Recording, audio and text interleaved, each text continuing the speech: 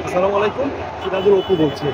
আন্দোলন আন্দোলন কোনো কিছু না, সেটা হলো দেশের বিরুদ্ধে কোনো আন্দোলন না, সরকারের বিরুদ্ধে কোনো আন্দোলন না।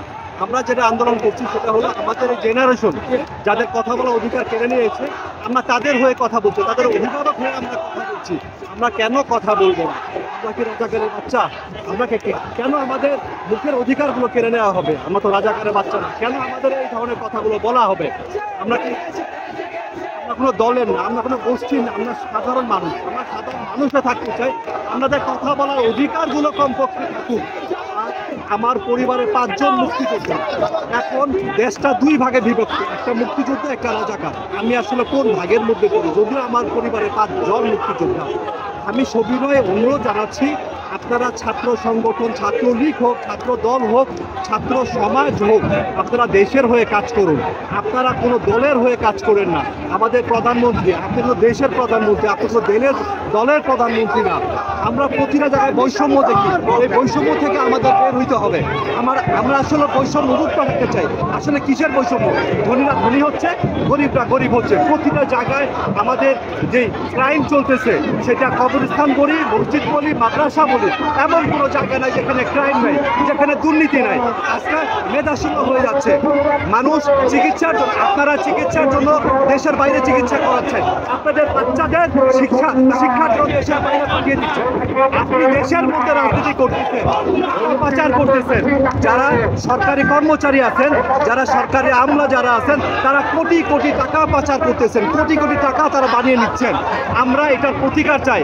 আমরা চাই, আমরা আইন সবার জন্য সমান না, আমরা এটা বিশ্বাস করি। আইন কি সবার জন্য সমান? আইন আপনার জন্য একরকম, আমার জন্য আরেক রকম। কিসের জন্য? আমরা সাধারণ মানুষ, আমরা সেই বৈষম্য চাই না। আমরা চাই সুন্দর বাংলাদেশ, আমরা চাই স্বাধীন বাংলাদেশ, আমরা চাই সবাইকে নিয়ে একসাথে বাঁচতে। সুন্দর বাংলাদেশের স্বপ্ন আমরা দেখি সবাইকে নিয়ে। আমি কোনো দল চিনি না, কোনো মত চিনি না। আমি যেটা চিনি, সাধারণ মানুষ, বাংলাদেশকে বাঁচাতে হবে। সবাই একসাথে কাজ করি। আজকে মেট্রো রেল যারা পুড়িয়েছে, যারা দুর্নীতি যারা করেছে, আমরা তাদের পক্ষে কখনোই না।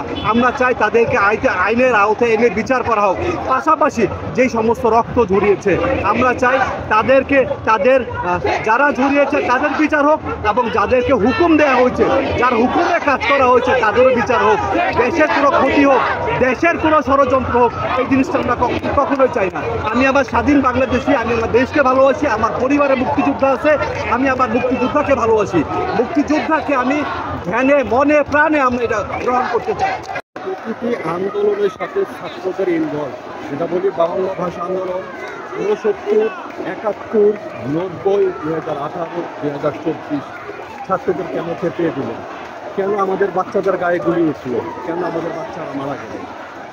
যেখানে দেশ এগিয়ে যাওয়ার কথা, কেন স্বাধীনতা 53 বছর পর আজকে কোথা নিয়ে কথা আসবে? যেখানে দেশটা এগিয়ে চলছে, যেখানে একই সমসাময়িক সময়ে স্বাধীন হওয়া বাংলাদেশ, ভিয়েতনাম, সিঙ্গাপুর, মালয়েশিয়া, তাদের অবস্থান কোথায়? আজকে আমাদের অবস্থান কোথায়? কেন এত বছর পরও আমরা রাজনীতি নিয়ে কথা বলবো? কেন কোথা নিয়ে কথা বলবো? কেন যে কোনো আন্দোলনের মধ্যে, যে কোনো কথা বলার মধ্যে কেন ছাত্রদের মিলিয়ে দেওয়া হবে? সেটা যে কোনো দলই হোক, কেন তাদেরকে মিলিয়ে দেওয়া হবে? কিসের জন্য? আজকে যে সমস্ত রাজনৈতিক দলের অঙ্গ সংগঠনগুলো রয়েছে, যে সমস্ত ছাত্র সংগঠনগুলো রয়েছে, তারা যখন হলে বসবাস করে, তাদের হলের মধ্যে রয়েছে ফ্রিজ, টেলিভিশন, একটু লাক্সারিস লাইফটা তাদের কীভাবে আসে? তাদের এই টাকা পয়সার যোগানগুলো কীভাবে আসে? কারা তাদের টাকা পয়সার যোগানগুলো দিচ্ছে? এবং এর পাশাপাশি তাদেরকে ব্যাকআপগুলো কারা দিচ্ছে? আমরা সেগুলার সুনির্দিষ্ট তদন্ত চাই। আমরা সেগুলো জানতে চাই। অন্যায়কে অন্যায় বলতে হবে, খারাপকে খারাপ বলতে হবে। আজকে যদি বঙ্গবন্ধু স্বপ্নে দেশের কথা বলতেন, তাহলে সেই কথাগুলো আজকে ওনার আদর্শর কথা বলতেন। ওনার আদর্শ এবং আপনার আদর্শ কখনো একরকম না। আমি একজন মানুষকে খুঁজে দেখাতে পারবেন না যারা সেই নেতার আদর্শে নিজেকে তৈরি করছে। সবাই দেশকে কিভাবে শোষণ করা যায়, কিভাবে টাকা পাচার করা যায়, দ্রব্যমূল্যের ঊর্ধ্বগতি, পরিশেষে এতগুলো সমস্যা নিয়ে কোনটা রেখে কোনটা নিয়ে কথা বলবো? দুর্নীতি, রন্ধ্রে রন্ধ্রে দুর্নীতি। সেই দুর্নীতি আর শেষ হবে কোথায়? এই দুর্নীতি কবে শেষ হবে? দুর্নীতি কোথায় শেষ হবে? দুর্নীতি শেষ কোথায় কেউ জানে না। আমরা এটা একটা অবসান চাই,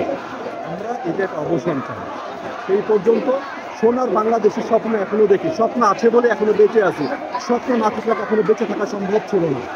সেই স্বপ্ন প্রতিদিন যখন ঘুম ভাঙে নতুনভাবে আবার স্বপ্ন দেখি যে সুন্দর একটা বাংলাদেশ গড়বো, সুন্দর একটা স্বপ্ন দেখবো, কিন্তু সে স্বপ্নগুলো দেখতে পারি না। গুলির শব্দে ঘুম ভেঙে যায়। কি দোষ ছিল বাচ্চাদের?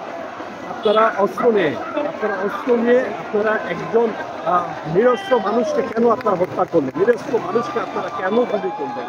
আজকে পুলিশ ভাইদের বলি, আজকে সেনাবাহিনী ভাইদের বলি, বিজেপি ভাইদের বলি, আপনারা কেন? এটা কি 71? এটা কি 69? এটা কি 52? তাহলে স্বাধীন বাংলাদেশে কেন বলি? কিসের জন্য বলি স্বাধীন বাংলাদেশে? সুন্দর বাংলাদেশকে কেন আমরা এই অবস্থার দিকে পিছিয়ে দিলাম? আপনাদের সন্তান আছে, আপনাদের ছোট ভাই আছে, আপনাদের ছোট বোন আছে, তাহলে কেন তাদের উপর অত্যাচার করবেন? এই জিনিসগুলোকে আমরা সুরাহা চাই, এই জিনিসগুলো আমরা অবসান চাই। সেই পর্যন্ত সিরাজুল হক।